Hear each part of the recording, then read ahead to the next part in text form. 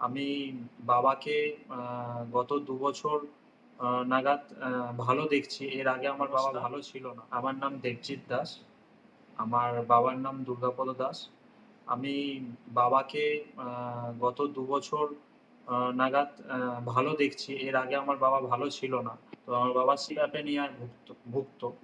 তো আমি এই ডিপ স্লিপ এতে যোগাযোগ করি। যোগাযোগ করার পর যথারীতি এরা পুরো ফ্রেন্ডলি গাইডলাইন করে। এবার এখানে ভালো ডক্টরও বসে, ভালো প্রেসক্রাইবও করে।